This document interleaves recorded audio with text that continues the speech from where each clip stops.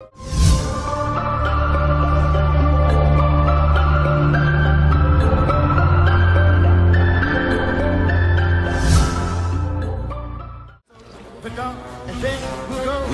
never surrender.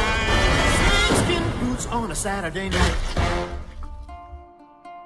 Hello guys, this is the Gaming Revolution here and welcome back to an all new Black Ops 3 Zombies video. Today we're going to be explaining what the Forest is, aka the Ether, within Black Ops 3 Zombies. Now once again, this is another pre-recorded video. I'm currently on holiday, so I do apologise if I've not been staying up to date with any new news or information, or if any new trailers have dropped and you're wondering why I'm not staying up to date with them. That is indeed why, but I'll be covering absolutely everything once I am back, so do not worry about that. Without further ado, if you do go on to enjoy this video, by the end of it, make sure to drop a like down below. Let's try and go for 1,115 likes on today's video, as well as subscribe to the channel so you never miss a future upload here on the channel, and don't forget to turn notifications on to ensure furthermore that you never miss an upload. But with that all out of the way, let's get straight on into the video. So I've seen some stupid videos floating around about Nacht und Toten being the Forest, which is just a load of bollocks. That doesn't make any sense whatsoever, but simply from Dr. Monty's own words himself, this is it. The Ether, the infinite, the reality beyond the world you know, beyond your perception. Things are going to get a lot worse before they get better.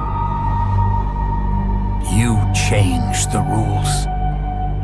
This is it, the Ether, the infinite, the realm beyond realms. The Ether is essentially the gateway. The Ether was here before any of the universes or any of the dimensions started forming. We learn from the timeline in the beginning there was only the Ether and the Keepers. Among them were two beings who would later be known by many names. One will be known as Dr. Monty, the other as the Shadow Man. Essentially, the Ether is sort of like a blank space, but when all the universes and dimensions started forming, this is the gateway between each place. That is why when we go to Revelations, we have to get there through going through the Ether. Now the Ether is essentially based off of Yggdrasil. Now Yggdrasil is an immense ash tree that is center to the cosmos and considered very holy. The gods go to Yggdrasil daily to assemble at their things. The branches of Yggdrasil extend far into the heavens, and the tree is supported by tree roots that extend far away into other locations. Essentially, the branches allow you to have a direct gateway to all of the different realms, or multiverses, or whatever you want to call it. Creatures live within Yggdrasil. Now essentially the Ether is the Forest, as I was saying. Now the whole of Zombies is based off of this. It's all based off of the world ice theory. Now what this is that it's a discredited cosmological concept proposed by Hans Horbiger. Now Horbiger did not arrive at his ideas through research, but said that he had received it in a vision in 1894 according to his ideas. Ice was the basis substance for all cosmic processes, and ice moons, ice planets, and the global ether, also made of ice, had determined the entire development of the universe. Essentially, it's a belief that everything comes from world ice. Now we see this within Zombies. We see that the box is frozen. That is why we have the blue illuminating from it, because these guns are coming through different time frames. And as he was saying earlier, the Ether is the realm between realms. So if it wants to come from another time frame, it has to go through the Ether, hence why it is frozen. Element 115 is directly based off of world ice. Now as he was saying, world ice is the belief that everything starts from this ice. Now within Revelations, we obviously have the giant Apothecan sun. This is represented as it being blue. This is essentially a sun made of ice. This is what starts and destroys the universe. This is the Big Bang. Now on the giant, we also see that when the clock stops and the fractures occur, we say that it starts snowing. Again, this is the idea of world ice. Now as we've seen recently, Jason Blundell has decided to retcon element 115 so that it is always blue. For example, in Shi No Numa, the big rock is now blue instead of it originally being orange. This is simply him trying to retcon it because he wants 115 to be represented as this world ice. Now I can delve a ton more into the idea of world ice and its concepts and how Treyarch have based the whole storyline off of this, because because it ties into the Third Reich and stuff like that, and it sort of sets up the storyline for Group 935, but I'm not going to delve too into that because it gets really complicated, but I will provide some links to some Wikipedia posts if you want to go ahead and read them in this video's description and put together the pieces for yourself. Now, within the timeline, in the beginning, on September the 3rd, 5 AD, knowing the planet as a gateway to Agartha, the Apothicons send meteors of Element 115 to Earth. They believe humanity will one day use Element 115 to wage war amongst themselves, opening a rift that will allow the Apothicons to escape the Dark Ether. This is a reflection of themselves and their war that they face. Obviously, the Apothicons versus the Keepers. Now, the Apothicons send the meteors down. As you can see, World Ice is the key. Element 115 is the key because that essentially causes everything to happen. Now, whenever someone enters the MPD, they gain access to the ether, but they become inherently evil. They become corrupted by the evil within the ether. As we see on October the 13th, 1945, Samantha is teleported to the moon while Groff and Schuster work out the MPD. Running into the MPD, she is drawn inside of it, where she becomes corrupted by the dark ether. Now, when she becomes corrupted, she hears voices within her head of not only the Shadow Man, but also other voices of corruption. Now, on January the 4th, 1940, Richtofen and Schuster conduct their first human teleportation test. Richtofen is so confident in its success, he volunteers himself. Teleported to the moon, he encounters the MPD, the ether pyramid hidden by the Apothicons. While inspecting the device, Richtofen is electrocuted and begins hearing the many voices of corruption, including that of the Shadow Man. The device then teleports him to Shangri-La. Corrupted by the dark ether, Richtofen is gradually being driven insane by an obsession to find Agartha. The reason why he has this obsession to find Agartha is because, as he said, the forest is the gateway. It is ether. He becomes obsessed to find Agartha because he's gotten a glimpse of it through the ether by him touching the MPD, as you have to go through the ether first to get to Agartha, which is essentially Revelations. It's the house. Now, obviously, Richtofen becomes essentially the Shadow Man's apprentice, as we hear from this quote on Revelations.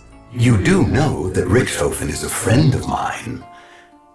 I say friend, but really he's so much more than that. At one point, I almost considered him my apprentice. I mean, he did stab my reporter friend and steal the summoning key. But at one point, he did everything I told him to. I keep hoping he'll remember the promise he made to me so long ago.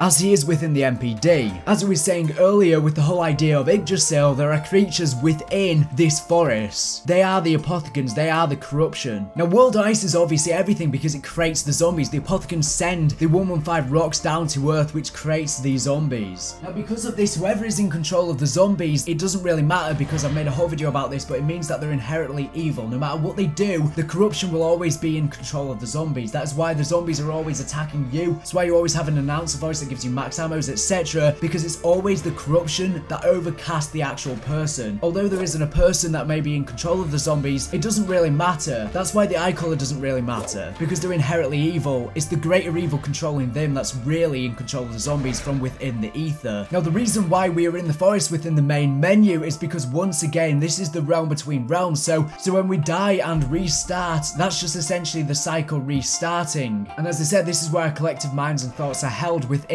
this forest. Now, hopefully this has been a good explanation. I know it may have been a bit all over the place. I do apologize for that, but there are some things which I've left out. But as I said, if you want to go ahead and check out all the links to all the stuff regarding Yggdrasil as well as World Ice, you can go ahead and check them out in this video's description. But essentially, that is what the forest is. It is the ether, the infinite. Agartha is Revelations, which I'll probably make a whole video explaining in the future. But without further ado, thank you for watching the video. Make sure to subscribe if not for latest and greatest Black Ops 3 zombies news and information. So anyways, thank you for watching, and bye.